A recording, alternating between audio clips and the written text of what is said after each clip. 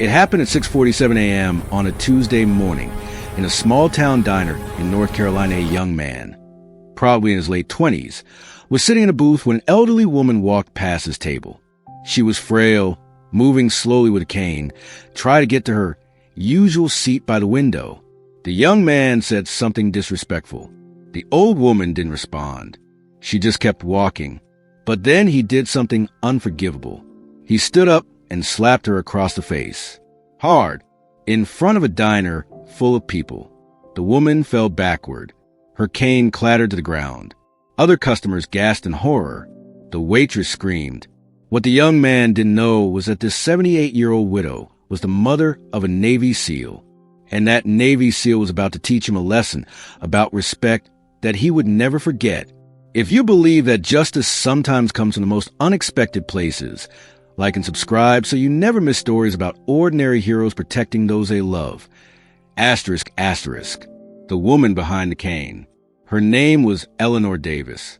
She was 78 years old, 5 feet 2 inches tall, and weighed about 115 pounds. She had gray hair that she kept in a neat bun. She wore glasses that had been broken and repaired twice. Her clothes were clean but worn, the kind of clothes you wear for comfort, not for fashion. Eleanor had been coming to the same diner for 14 years. Ever since her husband, Robert, had passed away. Robert was a Navy veteran who'd served during the Vietnam War. He came home with injuries, both visible and invisible, but he loved Eleanor fiercely for the 53 years they were married. When Robert died, Eleanor felt like she'd lost half of herself. They didn't have a lot of money. Robert's veterans benefits helped, but Eleanor had to live carefully. She'd learned a long time ago that every dollar mattered. That's why she came to the diner. A coffee cost $1.50. A toast with butter was $2. If she came for breakfast 3 times a week and sat for an hour reading the newspaper, it was the cheapest entertainment in town. The owner, a kind man named Steve, never minded. He'd even started keeping her favorite table clear, the booth by the window where she could watch the world go by. The other customers knew Eleanor. She was part of the diner's fabric. She was the kind woman who would ask about your grandchildren. She was the person who remembered that you took cream in your coffee. She was a grandmother figure to the community. Eleanor had one son. His name was Marcus Davis.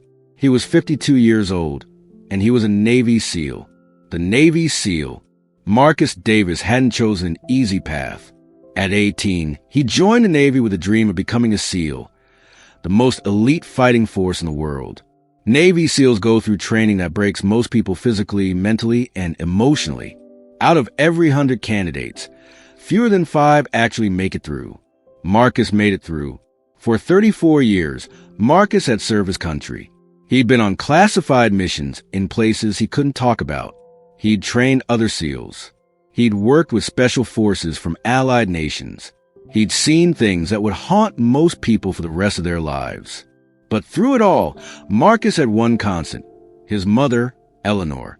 Even when he was on deployment in Afghanistan or Iraq, he called her. Even when he was training younger SEALs and barely sleeping, he made time to visit her on weekends. Even when he was dealing with the psychological weight of being a warrior, he would sit with his mother and listen to her talk about the diner, the community, her friends. Eleanor was the one person who understood that her son was both a warrior and a human being. She never asked about his missions. She never treated him like a machine.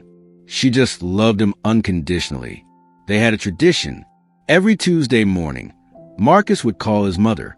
They'd talk about her week. He'd ask about the diner, about the neighbors, about her health. It was a sacred time for both of them. Eleanor was incredibly proud of her son. She had a photograph of him in his Navy SEAL uniform in her living room. When other women at church would brag about their children being doctors or lawyers, Eleanor would quietly mention that her son was a Navy SEAL. She never said it bragging. She said it with the kind of pride that comes from knowing your child had done something genuinely difficult and genuinely important. The world was changing. But Eleanor had noticed something in recent years. The world seemed angrier. People seemed meaner. Respect seemed to be disappearing. She'd see young people being disrespectful to their parents. She'd hear people using language that would have gotten them slapped back in her day. She'd watch as kindness seemed to be treated like weakness. Eleanor didn't understand it. She'd been raised in a different time, a time when you respected your elders, when you treated women with courtesy, when you understood that behavior had consequences. But that old world was fading. The new world was cruder, faster, meaner. Eleanor didn't complain about it. She just lived her life quietly. She came to the diner. She drank her coffee. She read her newspaper. She was kind to everyone. She had no idea that her kindness was about to be repaid with cruelty. And she had no idea that cruelty would trigger a response that would shake the entire community. The morning everything changed. The diner was moderately busy on that Tuesday morning. It was the kind of place where the breakfast crowd came in around 6:30, ordered their eggs and bacon, read the newspaper, and went on with their day. Eleanor arrived at her usual time, 6:45 a.m. She moved slowly, her arthritis making every step a deliberate effort. She smiled at Steve, the owner, who immediately started making her coffee the way she liked it. She was making her way to her booth by the window when the young man grabbed her attention. He was in his late 20s, muscular, wearing expensive clothes that seemed oddly out of place in a small-town diner. He had the kind of face that suggested he'd been privileged his whole life, the kind of face that had never learned to respect other people. "Hey, old lady," he said loudly. "You're walking too slow. You're blocking the aisle." Eleanor paused. The aisle was actually quite wide. She wasn't blocking anyone, but she was confused by the hostility in his voice. "I'm sorry," she said gently. "I'm moving as fast as I can." That's when she felt it. His hand came out and slapped her across the left side of her face. Hard. The sound of it echoed through the diner like a gunshot. Eleanor stumbled backward. Her cane clattered to the floor. Her coffee fell from her hand and shattered on the tile. The other customers gasped. One woman screamed. Eleanor grabbed onto a nearby table to steady herself. Her face was burning, not just from the physical blow, but from the shock of it. In 78 years, no one had ever struck her. Not when she was a child. Not when she was a young woman. Not ever. "Don't touch me again," the young man snarled. "You people need to learn respect." People started moving. A man helped Eleanor to a chair. Steve came running from behind the counter, his face red with anger. "Get out of my diner," Steve said loudly. "Right now." "Or what?" the young man said, laughing. "You gonna call the cops? Over an old lady? They won't even respond." He was right, unfortunately. By the time police responded to a report of assault at a diner, the young man would be long gone. And for someone like Eleanor, with no serious injuries, no witnesses who would testify, no real damage, the system would do nothing. The young man threw some cash on his table, sneered at Eleanor, and walked out like he'd done nothing wrong. Eleanor sat there, shaking. Other customers came over to help. The waitress brought her napkins for her face. Steve called her home to make sure she was okay. But Eleanor was not okay. For the first time in her life, she'd been treated with deliberate cruelty by a stranger. For the first time, she understood that the world had changed so much that even an old woman minding her own business was no longer safe. The weight of helplessness. Eleanor didn't tell Marcus about the incident right away. When he called that Tuesday evening, their usual time, she almost told him, but she didn't want to worry him. She didn't want him to think she was weak or unable to take care of herself. So she said nothing. But the incident haunted her. She'd go to bed and think about the way that young man had looked at her, like she was nothing, like her age or frailty. Her kindness meant nothing. She thought about how easily he'd hurt her, how easily he destroyed her sense of safety. She stopped going to the diner for 3 days. Steve called her, worried. Eleanor made an excuse. She said her arthritis was acting up, but the truth was she was afraid. On Friday, Steve came to her house. He was a big man, probably 6'3", with the kind of presence that came from running a business for 30 years. But his face was soft when he looked at Eleanor. "I need to tell you something," he said. "That man who hit you, he came back. He was bragging to some other people at the diner about hitting an old lady. He called you names. He said you were slow and stupid and had it coming. Eleanor felt something shift inside her. Not fear anymore. Something else. Something like anger. He's been coming to the diner all week, Steve continued. He seems to think this is his place now. He bullies customers. He's rude to the waitresses. I've asked him to leave, but he just laughs. Eleanor listened. She thought about the diner, the place that had been her sanctuary for 14 years. She thought about how that young man had poisoned it with his cruelty, and she thought about her son. The phone call. Eleanor called Marcus that night. It was unusual. They always talked on Tuesday, but this was different. Marcus, she said, I need to tell you something that happened. She told him about the slap. She told him about the diner. She told him about the young man coming back and bragging about it. Marcus was silent for a long moment. Mom, he said quietly, why didn't you tell me on Tuesday? I didn't want to worry you, Eleanor said. Mom, Marcus said, you are the most important thing in my life. Nothing worries me more than knowing someone hurt you. Eleanor felt tears in her eyes. What can you do? She asked. It's his word against mine. The police won't help. They will, Marcus said, but not because of the police. Trust me. Eleanor didn't understand what that meant, but she trusted her son completely. The consequences. Marcus didn't call back immediately. Eleanor assumed he'd filed a report or done something through official channels. She tried not to think about it, but the young man didn't stop coming to the diner. In fact, he seemed to be there more often. He'd sit in a booth and call out rude comments to female customers. He'd leave tiny tips and make a point of saying the service was terrible. He was poisoning the place that Eleanor loved. Then, on Thursday morning, something happened. The young man was sitting in his usual booth when 3 men walked into the diner. They were big men. Not the kind of big that comes from being overweight. The kind of big that comes from serious training, serious discipline, serious purpose. The lead man was Marcus Davis. The young man didn't recognize Marcus.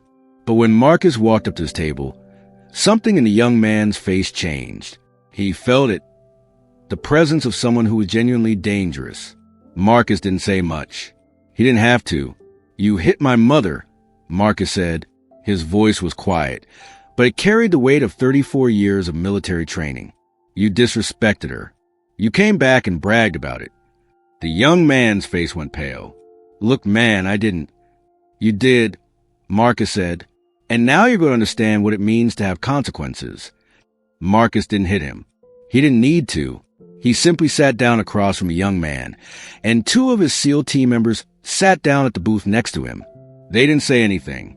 They just sat there, eating breakfast, occasionally looking at the young man with expressions that suggested they knew exactly where he lived, where he worked, and where he slept at night. The young man was terrified. Here's what's going to happen, Marcus said quietly, so only the young man could hear. You're going to apologize to my mother. You're going to apologize to the owner of this diner. You're going to apologize to every person you've disrespected in this place. And you're never coming back. Or what? The young man asked, his voice shaking. Marcus leaned in close. Or you'll find out what happens when a Navy SEAL decides someone needs to learn a lesson about respect. The young man didn't know if Marcus would actually hurt him, but he knew with absolute certainty that Marcus could. And that was enough. The apology. The young man got up and walked to where Eleanor was sitting. She was shocked to see her son there. She was even more shocked at what was about to happen. Mrs. Davis, the young man said, and his voice was shaking so badly he could barely get the words out. I am so sorry. What I did to you was inexcusable. There is no excuse. I was disrespectful and cruel, and I'm deeply sorry. Eleanor looked at this broken young man, and something happened. She felt compassion for him, because she understood he wasn't evil. He was just someone who'd never learned respect. Someone who'd never had consequences for his actions. Someone who'd been allowed to treat people badly and get away with it. I forgive you, Eleanor said simply. I hope you learn from this. The young man apologized to Steve, the owner. He apologized to the waitresses. He cleaned up his booth. And then he left. He didn't come back to the diner again. more than just revenge. But something else happened too. The story spread through the small town, not as a story of violence or threats, but as a story of a son protecting his mother. A story of a man who understood that respect meant something. A story of someone powerful choosing to use that power to defend someone vulnerable. Young people in the town started being more respectful, not because they were afraid of Navy SEALs, but because they understood that there were consequences for cruelty, that the world was watching, that you couldn't just hurt people and expect to get away with it. Eleanor started going back to the diner. She brought Marcus with her one morning, and the whole community got to meet the man who protected her. He was quiet, humble, kind. He didn't brag about being a SEAL. He just sat with his mother and drank coffee and smiled. People understood then. This was why Eleanor was so proud of her son. Not because he was violent or threatening, but because he was a protector, because he understood honor, because he loved his mother enough to defend her. What justice looks like. This story isn't really about a Navy SEAL punishing a disrespectful young man. It's about something much deeper. It's about a world where people seem to have forgotten what respect means, where it's okay to be cruel to elders, where you can hurt someone and expect to face no consequences, where vulnerability is treated as weakness instead of humanity. And it's about someone saying, no, that's not okay. Marcus Davis could have called the police. The police probably wouldn't have done much. He could have sued the young man. The legal system probably wouldn't have given him justice. He could have ignored it and let his mother live in fear. Instead, he did something that our society has largely forgotten how to do. He protected someone he loved, not with violence, but with presence, not with anger, but with calm, clear consequences. He showed the young man that there are people in the world who care about their vulnerable loved ones, that there are people who will stand up when injustice happens, that there are people who understand that real strength is using your power to protect those who can't protect themselves. The universal truth. Eleanor's story teaches us something that every generation needs to learn. Respect for elders isn't outdated. It's essential. And kindness should never be treated as weakness in our modern world. We've somehow come to believe that being nice makes you a target, that being respectful makes you old-fashioned, that protecting vulnerable people is naive. But Eleanor's story shows us something different. Eleanor was kind. She was respectful. She lived quietly and tried not to bother anyone. And when she was hurt, she had a son who understood that kindness wasn't weakness. It was a choice. And that choice deserved protection. The young man who hit Eleanor had probably been told his whole life that kindness was weakness, that success meant taking what you wanted, that respect was something you demanded, not something you earned. But he was wrong. Real strength is being able to hurt someone and choosing not to. Real power is having the ability to destroy someone and choosing to teach them instead. Real leadership is protecting those who can't protect themselves. Marcus Davis understood this, and he passed that understanding to a young man who desperately needed to learn it. The impact that spread. In the weeks and months that followed, strange things happened in that small town. More young people started helping elderly people cross the street. More people said please and thank you. More people understood that cruelty had a price, not because they were afraid of Navy SEALs showing up, but because they understood that someone was watching, that the community cared about protecting its most vulnerable members, that kindness and respect mattered. Eleanor continued going to the diner until she was 84 years old. Marcus came as often as his duties allowed. The diner became more than a place to get breakfast. It became a sanctuary where people understood that everyone deserved to be treated with respect. The young man who hit Eleanor eventually heard what happened to his life. He'd been told about it by Marcus's team, how they knew where he worked, where he lived, what his patterns were. He understood that his actions had been recorded and documented. He understood that if he ever did it again, there would be consequences. But more importantly, he understood something about respect. Years later, that young man would tell people about the day a Navy SEAL sat across from him in a diner and taught him what it meant to be accountable. He never hurt another person. He became, by all accounts, a better person. That's what real justice looks like. Not punishment for punishment's sake, but clear consequences that teach a lesson that sticks with you forever. Fire the final word. Eleanor Davis lived to be 89 years old. When she passed away, the entire town mourned her. The local newspaper wrote an article about her life, and they mentioned the incident at the diner. They talked about her son, the Navy SEAL who protected her. They talked about the lesson it taught the community about respect and kindness. Marcus Davis retired from the Navy 2 years after his mother passed away. He opened a small business in her hometown, where he still lives today. He's known in the community as a quiet, respectful man who helped raise a generation of young people to understand that kindness matters and that cruelty has consequences. The diner still exists. Steve, the owner, finally retired and sold it to someone else. But people in the town still talk about the time a Navy SEAL walked in and taught a lesson about respect. They talk about Eleanor, the woman who deserved better. They talk about what it means to protect someone you love. If this story reminded you that strength is protecting the vulnerable and that kindness deserves to be honored and defended, like and subscribe. Share this with someone who needs to remember why respect matters. Tell an elderly person in your life that they are valued. Stand up when someone is treated unfairly. Because in a world that often forgets, we need people who remember that protecting each other is what makes us human. Asterisk, asterisk. The lesson Eleanor's son taught that day in the diner wasn't complicated. It was simple. If you hurt someone I love, there will be consequences. Not because I'm cruel, but because I respect her. And I won't tolerate disrespect toward those who deserve our protection. That's a lesson the world needs to hear again.